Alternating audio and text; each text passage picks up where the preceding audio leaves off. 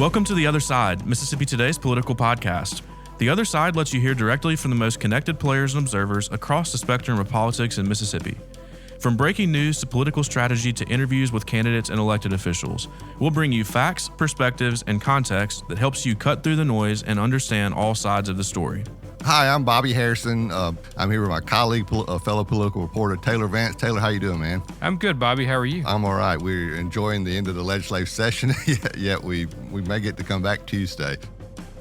I hope not. You know, I was just getting used to not wearing a coat and tie every day, but if we have to, then I guess we'll certainly be there. Well, we're here today with Robert Johnson, representative from Natchez, Southwest Mississippi.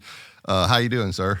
I'm doing good. I'm a week or so outside of just about finished with the session, and so I've had a chance to breathe a little bit. Yeah, well, we're happy you joined us today to kind of sort of bring back, I guess, mainly, I don't want to say bad memories, but memories that you probably would like to see have turned out a little differently.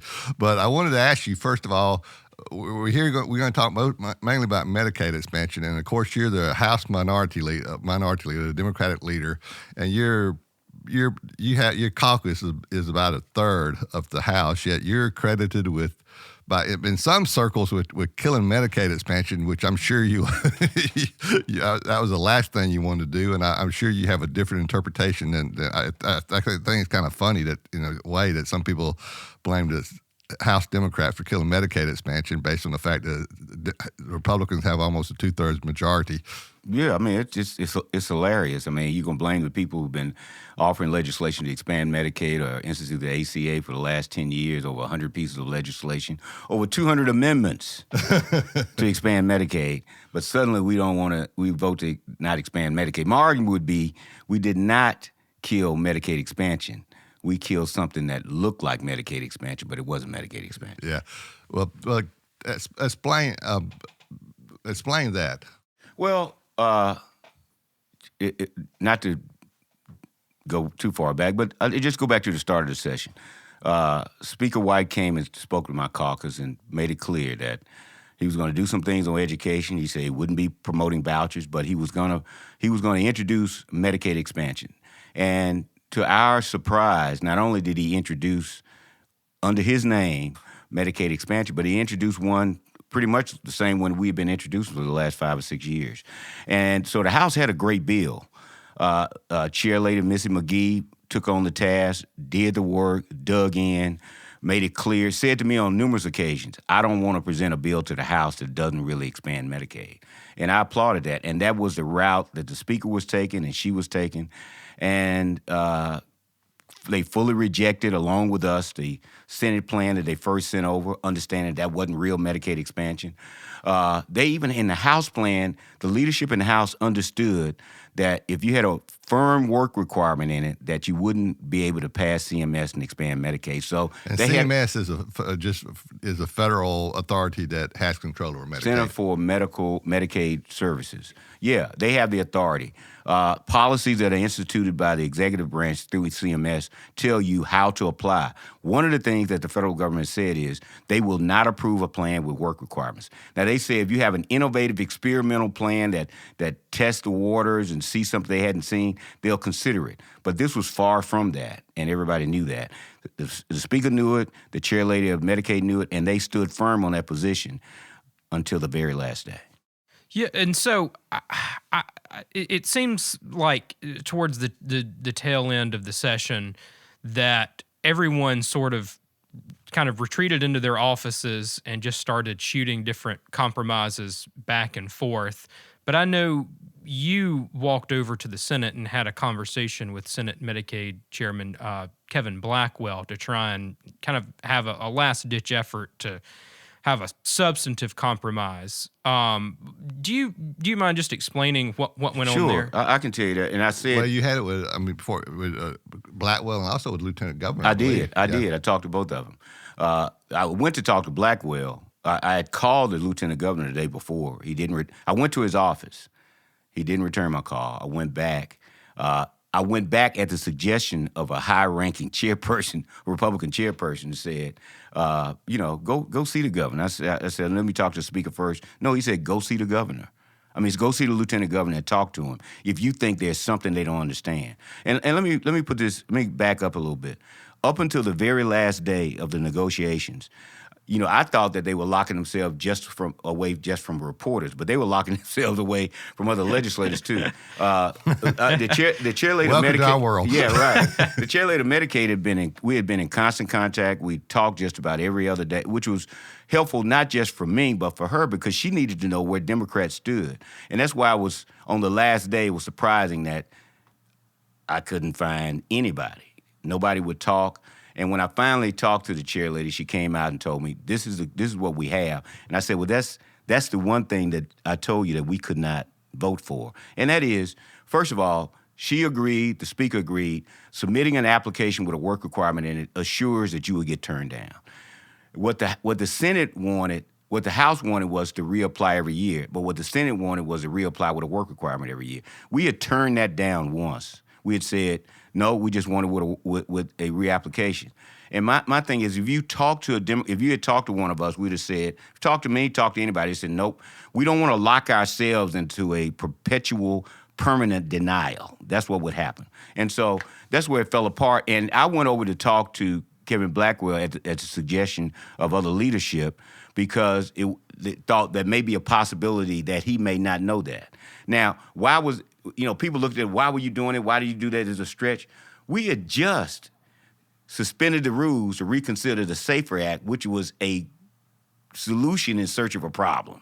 I mean, something that innocuous, that did nothing, that prevented no problem. We suspended the rule. That was legislation that was specifying which bathrooms people could use in public buildings. Like we don't. I mean, it just is not a problem right now. But so my point was, all we were suggesting is recommit this bill, reconsider it. We got time. You can suspend the rules for that. You can do it for this. Nobody was willing to do that. Nobody in the House was willing to do that. We're done. That's as far as we'll go. When I went to talk to Blackwell said, well, that doesn't seem like a stretch. We may be able to do that. Walking off the floor, the lieutenant governor stops me. People see, I guess reporters and everybody see me talking to him. He stops me and has a very animated conversation on the floor of the Senate about what his position is and why that ought to be something we ought to be able to consider. And he'll think about it and walks away telling me we'll think about it. And that was the last of it. But I only did it to say we got time to recommit. Is this something you all would consider? Not to usurp any negotiations that anybody had done on the House. But if you need Democrats to vote for something, it seems to me that you would at least have them at the table at the time you're making that final decision. Don't come out and say, well, you got to take this. I don't know why you all wouldn't vote for this. That never happened. That was never a misrepresentation. Yeah. So I guess the calculus from y'all was, what was the point in having legislation that, as you said, would put you in a perpetual state of denial from the federal government? Right. And you likely wouldn't get anywhere. And instead, your proposal was to say, sure, we can apply for a work requirement for the first year, and then when it gets denied, then we can come back the next year and try the right thing. Yeah. But if you codify, what they wanted to put into law, that we would reapply, and we had to reapply the wrong way every year. Now, the politics in this state may mean we come back and start over and come right back to this point. But what we were unwilling to do is to put it into the law. Mm-hmm. And I mean, just to be crystal clear, I mean, you did communicate with House leadership, with Republican leadership, that was your position. I said it. I said it, and the leadership even said, "Look, this is how sublime and ridiculous it got." There was one part of the leadership that said, "So what if we?" This is the House leadership who started out with the right bill. Said, "What if we pass it?" And say you and some other Democrats could go and talk to Benny Thompson, and he could talk to the president, and maybe they would look at Mississippi and say they've been waiting so long, and even though we don't approve this for anybody else, let's see if we'll approve it for them. My words to them was, first of all, I'm not doing that at the risk of going to see Benny Thompson and suggesting that to him, knowing what his feelings were about that, knowing what the law is, and having him, excuse the expression, slap the out of me. Yeah. and that was pretty much a response when I said, this was somebody suggested, this is not me. I said, And he said, well, you told him you can tell him that's exactly what I would have done if you'd have come to me with that recommendation. But he also assured me that not out of any punitive manner, but that he had talked to CMS and there was no circumstances under which they would approve a work requirement for Mississippi. Yeah, I think CMS's position, if I understand it correctly, is that the work requirement just doesn't really work. It doesn't work because it takes up a lot of public funds to try to enforce it. And most of these people, if you have an income level of over 100%, you're working somewhere anyway. You have to show income or lack thereof, or a disability, or age, or be a child, you have to show income in order to actually apply for Medicaid. That's part of the process. That's part of the process. And then the CMS and the Office of Management Budget, federal government, has noted that nationally, 91% of the people who are on Medicaid work.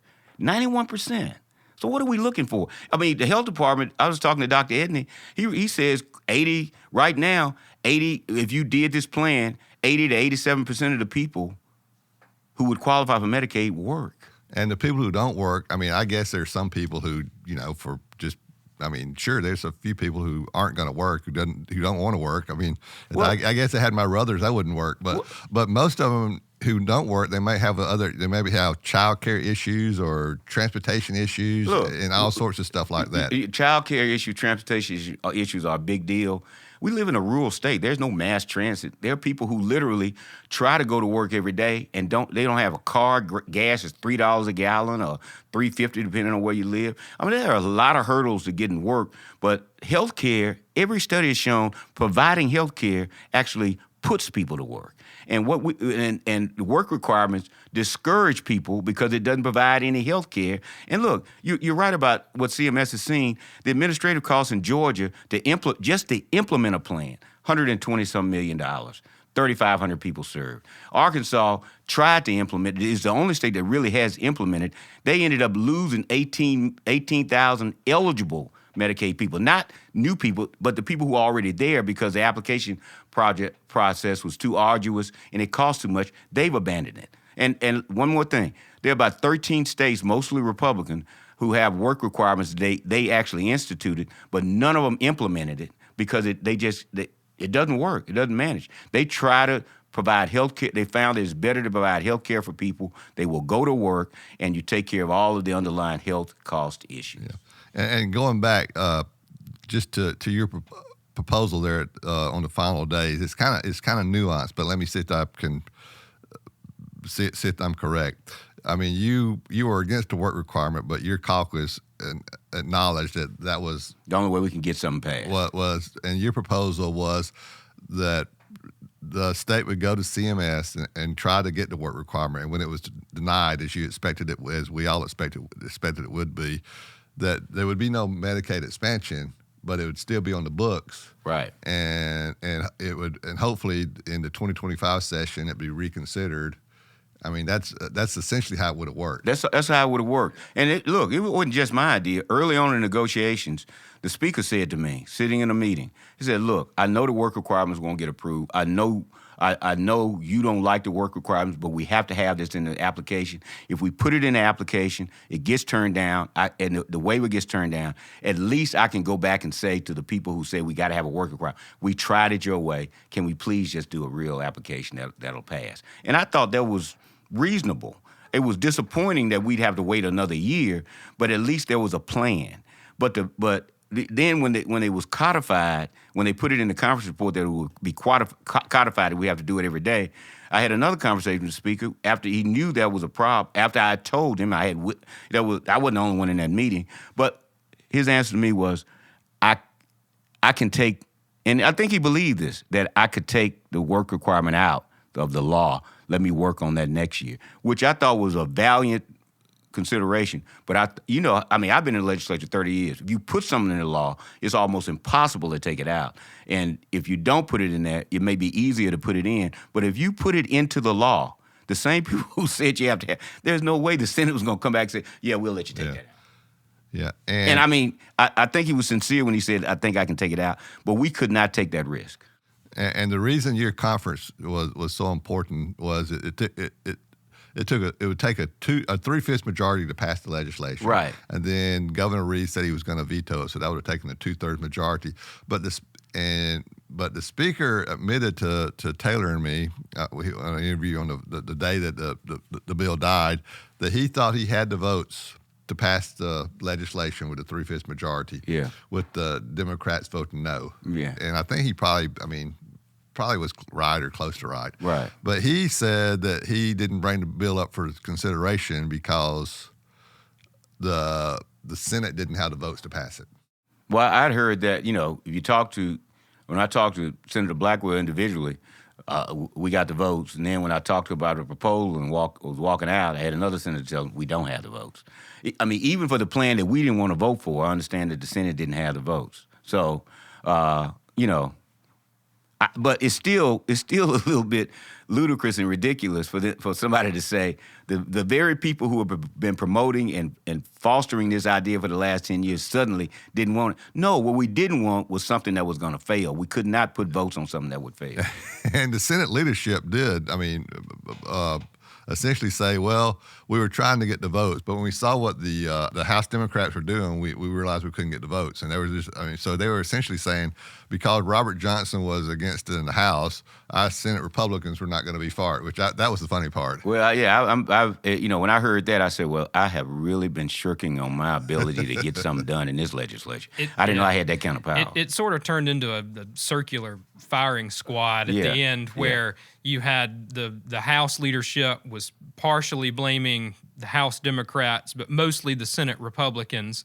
The Senate Republicans were blaming the House Democrats, and then the House Democrats were just saying, can we all just sit down and talk this off? Well, that's exactly what I wanted to do. And look, I've had some of my members say, well, you may have done too much going over there talking to Look, I've been in Blackwell and the lieutenant governor. I was not in any way trying to usurp anybody's authority or responsibility. But I said this to the speaker after he named the conferees. I said, I or one of the Democrats could have helped you on this conference report. And look, people, it's a super majority. But if you say you got to have Democratic votes, it seems to me the same way it matters whether or not what the line in the sand would be for the senators. You seem to me you would want to know it specifically, and the House did a great job of that up until the last day or 2 days of saying, okay, we got to make sure the Democrats are okay with that because we need their votes. And somebody got to a point where they said, no, we don't need to do that. And I had some Democrats saying, well, we'll vote for that. We'll vote for that. I said, look, we went and polled. I said, look, if you want to vote for it, which is a bad idea, we'll all vote for it. But we are not going to go out here all over the place on this issue. And so, and then I had advocates who had been supporting our efforts for the last 4 or 5 years. Some of them came to me and said, well, sometimes you can submit something to CMS and they'll approve it when they hadn't approved it with anybody else. That's when I called the congressman. Tell me what CMS might or might not do. And he said, under no circumstances are they approving a work requirement. And the lieutenant governor kept on saying, he said he thought there was a good chance Donald Trump was going to be elected president this year, and he thought President Trump administration would approve the work requirement. That's sort of hypothetical right now. We don't know, but the question I had, who in the state is most opposed to Medicaid expansion? It's the governor. And who has, the biggest supporter of Donald Trump vocally, has the best, he's on the media all the time talking about President Trump. Donald Trump right. endorsed him twice. Right. Who would be the first one on the phone saying, congratulations, President, don't approve that work requirement in Mississippi. Right. Or don't expand Medicaid. He didn't, the governor has said repeatedly, he doesn't care whether it's a work requirement or not. He is not going to sign a bill that expands Medicaid. And so this is the other thing about the Trump scenario. So you submit an application, you get turned down by CMS, you still have to come back even if Trump gets elected and resubmit the waiver. So where are we now? We're in no worse shape. If you believe that Donald Trump will approve your expansion with a work requirement, the same man that spent 4 years saying that he was going to do away with the ACA, why are you putting your trust in that? I don't understand that. And then again, to ask me as a Democrat, let's plan for Donald Trump to be elected president. I said, I can't ask my caucus to plan for something that would be the worst thing in the world to happen to us in this country, under our opinion. Why would we do that? So I'm planning for Joe Biden to be reelected, and I'm planning that CMS is going to tell you no when you submit the waiver. You talked about some people got mad that they felt you sort of went out of the chain of command when you went over to see the Senate Medicaid chairman and met Lieutenant Governor just by happenstance, if you will. But isn't it true, I'm going to put you on the spot, that throughout the days leading up to the final compromise that fell apart at the end, that you were kind of in communication with some members of the Senate Conference Committee? So the members of the Senate, at least one member of the Senate Conference Committee, and in constant contact, to her credit, Chair Lady Missy McGee. I stayed in constant contact with him. It was the best I could do without being a member of the conference committee. And you go back to, I did going to meet with after the conferees had met, going to meet with the chairman of Medicaid and the lieutenant governor was a breaking protocol. But this Medicaid expansion is not a everyday easy issue. I took were extreme steps for what I thought was an extremely important issue. And would I do this routinely? No. In fact, I said to the person that suggested to me, I said, maybe I need to go see the speaker person. He said to me, nope, you need to get down there right now. That's what he said to me. This is a person that's close to the speaker. I don't need anybody's permission. I didn't need anybody to tell me to do that. I just chose to take that because I thought we were in dire straits at the last minute and that something could be done. And I didn't want to take the risk. At that point, I didn't mind doing it, and I didn't care if people got mad at me if I could get something accomplished. But it didn't. It didn't happen. And you talk about being a Democrat on the conference committee. That's not uncommon to have members of the minority party. You know, we just talked about we didn't talk about, but the legislature just went over to debate about the Mississippi Adequate Education Funding Formula, and that was passed in '97. Yeah. And back then there was hardly any Republicans in the legislature, but there were two of them on the conference committee. Right, exactly. Yeah. So, I mean, no, it's not unusual. And somebody said, I said, well, why? I said, some of this could have been avoided. I talked to another Republican chairperson, leader, close to the speaker. I said, some of this could have been avoided if you had a Democrat on the conference committee. I said, neither house did. They said, well, they were worried about optics. How can you be worried about optics on Medicaid expansion? And you're telling people you need Democratic votes. How is it a bad thing to include a Democrat? I mean, that's what conference committee, that's how they're made. Yeah, I mean, not to really take a position on that, but I would venture to say most Mississippians don't even know what a conference committee is, much less who conferees are. Right. But at any rate, I guess what, from your standpoint, is the future of the Medicaid expansion debate now? I mean, it failed this session. A lot of people were speculating that, if Mississippi was going to pass some form of expansion, this was the year to do it. It didn't happen. So what is next from your standpoint? Well, I think it's like we used to say in transportation. We hope a bridge doesn't collapse. I hope a hospital doesn't close and people die as a result of. But, we have made critical decisions in this state when issues become critical. It's like, and I thought we were there. And we keep saying hospitals are going to close, but even the poorest hospitals have managed somehow to stay open. But it's not just hospitals closing. It's people driving 50 miles to an emergency room and not making it. It's women and mothers delivering children and not having a neonatal intensive care unit within 100 miles, or one pediatrician for 4,000 residents in the Delta. I mean, those issues, those are not policy, lack of policy. That's lack of money. $1 billion would change all of that. It would change every bit of, it wouldn't change everything. There's still work to be done. But if you take care of uncompensated care, at one point, University Medical Center was losing $52 million a year in uncompensated care. It may be more than that now. But how long can you sustain that kind of loss? And so if you put something's critical, Hopefully it doesn't have to happen, but when we come back in January, we'll be in worse shape in healthcare than we are now. When U.S. News and World Report says that we're the 50th worst state for economic growth, even though we're talking about all these big projects we've got. But nobody wants to come here if you don't have a hospital. Nobody wants to come here if you're not funding your schools. But if you don't have doctors, when you don't have hospitals, you don't have doctors. If you don't have doctors, you don't have nurses. It's a chain reaction, and people want to come where basic services are at least adequate. And we have more than the ability to do that if we just take the politics out. I don't know why people treat Medicaid like it's a Democratic issue.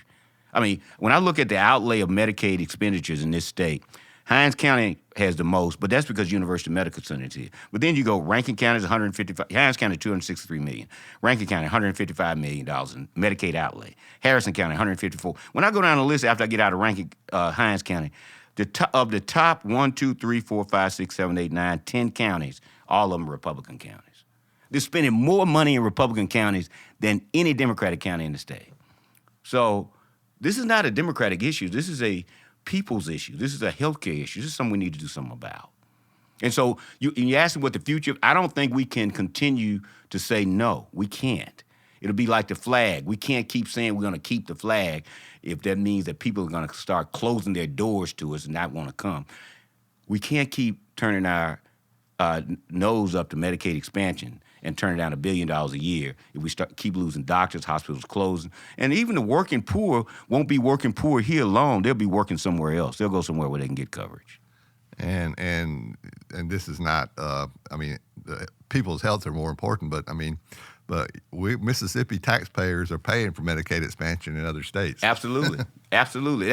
In 40 other states. It depends on who you talk to, $14 or $16 billion that we've foregone in the last 10 years. It's not sitting in the bank. It went somewhere else. And this $1 billion that we're not going to get this year, it's going somewhere else. They're not letting the money. They're not like the federal government is not like the state of Mississippi, like we handle our TANF funds. We just sit on them or just give a little bit to our friends. They actually send that money out and let it help people. That's what we do. That went over my head for a second. Yeah, right.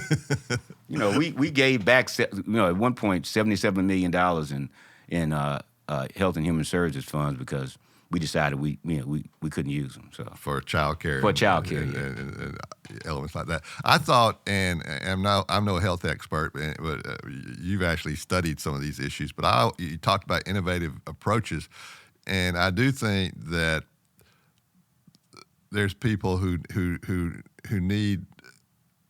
I mean, poor people have a lot of issues they have to deal with, so they don't think about their health until their health becomes bad. But I thought there was some work could be done on innovative preventative care type stuff with the money from Medicaid expansion. Well, absolutely. Chair Lady McGee had pushed for all of those. I mean, there were things in that plan that took better care of people with disabilities and other issues that hadn't been looked at with health care. And it's the interesting thing is that the House, when they decided to take on Medicaid expansion, our chairperson, our speaker, they studied the issue. We actually put an actual bill together. It was up until just about the deadline before the Senate even passed anything, and all they got was code section. The Senate, they didn't spend any time on anything except saying we got to have work requirements. They didn't look at how to apply. They didn't look at any innovative. But at least the House Medicaid chairman and the people working on the plan in the House actually sat down, put together numbers, looked at what would work, what wouldn't work, what would be helpful, what would work in healthcare. I didn't see the Senate putting in any work. What real quick? Any other issues that during the session was completed? Any other issues that you see as good or bad that came out of the 2024 session? I don't understand how. I don't understand how Republicans continue to get away with not passing an initiative and referendum. I don't know how that works. They're the big freedom, direct democracy, let's get it done kind of, and then they just come back and ignore the overwhelming desire of the Mississippi people to have an IR that they can rely on. It's just, I thought that was the weirdest thing, and that they could get away with doing that. And they have so far. They have. Yeah, just push it off and actually say, to hear a legislator say, well, we don't want to pass it. People don't know what they're voting for. You don't want to give people that kind of freedom. They don't know. The people who elected you don't know what they want to vote for. Well, clearly they don't because they elected you. So, and I from your standpoint, would you just like an initiative or referendum process that basically keeps the signature threshold as what it was before the Supreme Court struck it down, but just fix the issue with the congressional That's districts? it. That's all they asked us to do. Just keep it simple. Just do it. Don't discourage it. Don't make it harder for people. Well, I mean, this is this country biggest asset, the biggest attribute that people love is freedom, and we constantly figure out a way to take it away from people. Yeah, which is why I thought it was so funny that one of the last proposals of Medicaid expansion was to just place the issue on a referendum on a ballot for people to vote for. The only objection I had with that, again, if you're going to do that, we like as Democrats to have some input into the language to make sure it's okay. But yeah, it was for the House not to have a clean IR bill and for the Senate not to have one, and then the House to fall back and say, okay, well, let's put it on the ballot. I'm like, a reporter called me and asked me, how can you do that and we don't have IR? I just said, without having to explain it, I have no idea. I don't know what anybody's talking about with that. But let me say this. I am hopeful. I know there are people who in the House that may be frustrated with me. I may have stretched out, more than some people thought it. But to me, it was a very important and very serious issue. But and I'm not pandering when I do this, but the Speaker of the House and the chairman of Medicaid, chair leader of Medicaid in the House, I thought took bold steps this session and worked really hard to get a real Medicaid expansion bill passed. And I just think that that spirit needs to continue. Well, that's a good place to end. Appreciate your time, Taylor. Yep, I'm sure we will have many, many more conversations with you about this topic in the future. Absolutely. But thank you so much for joining us. Thank you.